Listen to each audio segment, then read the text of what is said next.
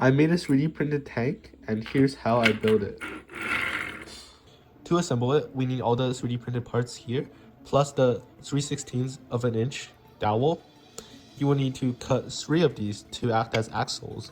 And 3D printed wheels are straightforward, and you need spacers and slightly smaller spacers to lock them in place. Okay, so first, get the dowels inserted in the tank, like what I have here, and get the large spacers like this, and put it on.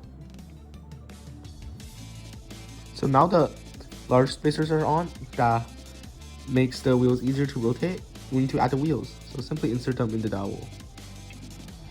Once you have all the wheels inserted, place these smaller spacers to lock the wheels in place. They might take a bit of force, but don't worry, nothing will break.